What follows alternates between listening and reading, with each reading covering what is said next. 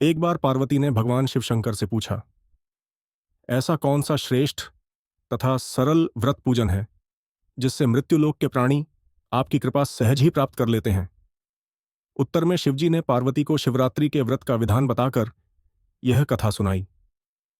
एक गांव में एक शिकारी रहता था। पशुओं की हत्या करके वह अपने कुटुंब को पालता था। वह एक साहूकार का ऋणी था, लेकिन उसका ऋण समय पर न चुका सका। क्रोधवश साहूकार ने शिकारी को शिवमठ में बंदी बना लिया। संयोग से उस दिन शिवरात्रि थी। शिकारी ध्यानमग्न होकर शिव संबंधी धार्मिक बातें सुनता रहा। चतुर्दशी को उसने शिवरात्रि की कथा भी सुनी। संध्या होते ही साहूकार ने उसे अपने पास बुलाया और ऋण चुकाने के विषय में बात की। शिकारी अगले दिन सारा ऋण लौटा देने का वचन देकर बंधन से छूट गया। अपनी दिनचर्या की भांति वह जंगल में शिकार के लिए निकला, लेकिन दिन भर बंदी गृह में रहने के कारण भूख प्यास से व्याकुल था। शिकार करने के लिए वह एक तालाब के किनारे बेल वृक्ष पर पड्डे बनाने लगा। बेल वृक्ष के नीचे शिवलिंग था, जो बिल्व पत्रों से ढंका हुआ था। शिकारी को उसका पता न चला। पड्डी डेढ़ाव बनाते समय उसने जो टहनियां तोड़ दी, वे संयोग से शिवलिंग पर गिरीं। इस प्रकार दिन भर भूखे प्यासे शिकारी का व्रत भी हो गया और शिवलिंग पर बेलपत्र भी चढ़ गए। एक पहर रात्रि बीत जाने पर एक गर्भिणी मृगी तालाब पर पानी पीने पहुंची। शिकारी ने धनुष पर तीर चढ़ाकर ज्यों ही प्रत्यंचा खींची, मृगी बोली, मैं गर्भिणी हूं, शीघ्र ही प्रसव करूंगी। तुम एक साथ दो जीवों की हत्या करोगे, जो ठीक नहीं है। मैं अपने बच्चे को जन्म देकर शीघ्र ही तुम्हारे सामने प्रस्तुत हो जाऊंगी, तब तुम मुझे मार लेना। शिकारी ने प्रत्यंचा ढीली कर दी और मृगी झादियों में लुप्त हो गई। कुछ ही देर बाद एक और मृगी उधर से निकली। शिकारी की प्रसन्नता का ठिकाना न रहा। समीप आने पर उसने धनुष पर बाण चढ़ाया। तब उसे देख मृगी ने विनम्रतापूर्वक निवेदन किया, हे पारधी, मैं थोड़ी देर पहले ही रथु से निवृत्त हुई हूं। कामातुर विरहिणी हूं, अपने प्रिय की खोज में भटक रही हूं। मैं अपने पति से मिलकर शीघ्र ही तुम्हारे पास आ जाऊंगी। शिकारी ने उसे भी जाने दिया। 2 बार शिकार को खोकर उसका माथा ठनका। वह चिंता में पड्डी गया। रात्रि का आखिरी पहर बीत रहा था।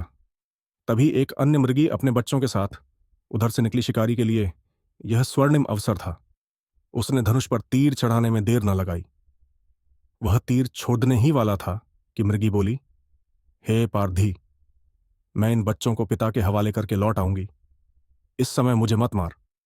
शिकारी हंसा और बोला, सामने आए शिकार को छोड़ दा दूं, मैं ऐसा मूर्ख नहीं। इससे पहले मैं 2 बार अपना शिकार खो चुका हूं। मेरे बच्चे भूख प्यास से तड़प रहे होंगे। उत्तर में मृगी ने फिर कहा, जैसे तुम्हें अपने बच्चों की ममता सता रही है, ठीक वैसे ही मुझे भी।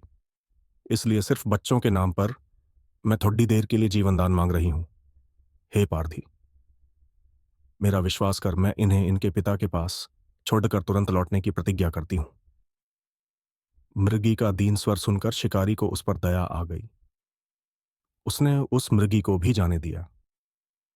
शिकार के अभाव में बेलवृक्ष पर बैठा शिकारी बेलपत्र तोड़ कर नीचे फेंकता जा रहा था। पौ फटने को हुई तो एक हष्टपुष्ट मृग उसी रास्ते पर आया। शिकारी ने सोच लिया कि इसका शिकार वह अवश्य करेगा। शिकारी की तनी प्रत्यंचा देखकर मृग विनीत स्वर में बोला, हे पारधी भाई, यदि तुमने मुझसे पूर्व आने वाली 3 मृगियों तथा छोटे छोटे बच्चों को मार डाला है, तो मुझे भी मारने में विलंब न करो, ताकि उनके वियोग में मुझे एक क्षण भी दुहक न सहना पड़े। मैं उन मृगियों का पति हूं। यदि तुमने उन्हें जीवनदान दिया है तो मुझे भी कुछ क्षण जीवनदान देने की कृपा करो। मैं उनसे मिलकर तुम्हारे सामने उपस्थित हो जाऊंगा। मृग की बात सुनते ही शिकारी के सामने पूरी रात का घटना चक्र घूम गया। उसने सारी कथा मृग को सुना दी। तब मृग ने कहा, मेरी तीनों पत्नियां जिस प्रकार प्रतिज्ञाबद्ध होकर गई हैं, मेरी मृत्यु से अपने धर्म का पालन नहीं कर पाएंगी। अतः जैसे तुमने उन्हें विश्वास पात्र मानकर छोड़ा है, वैसे ही मुझे भी जाने दो। मैं उन सब के साथ तुम्हारे सामने शीघ्र ही उपस्थित होता हूं। उपवास, रात्रि जागरण तथा शिवलिंग पर बेलपत्र चढ़ाने से शिकारी का हिंसक हृदय निर्मल हो गया था। उसमें भगवत शक्ति का वास हो गया था। धनुष तथा बाण उसके हाथ से सहज ही छूट गए। भगवान शिव की अनुकंपा से उसका हिंसक हृदय कारुणिक भावों से भर गया। वह अपने अतीत के कर्मों को याद करके पश्चाताप की ज्वाला में जलने लगा।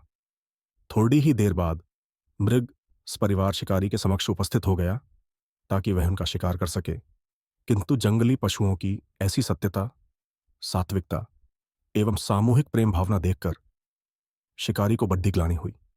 उसके नेत्रों से आंसुओं की जड्डी लग गई। उस मृग परिवार को न मारकर शिकारी ने अपने कठोर हृदय को जीव हिंसा से हटा सदा के लिए कोमल एवं दयालु बना लिया। देवलोक से समस्त देव समाज भी इस घटना को देख रहा था। घटना की परिणति होते ही देवी देवताओं ने पुष्प वर्षा की। तब शिकारी तथा मृग परिवार मोक्ष को प्राप्त हुए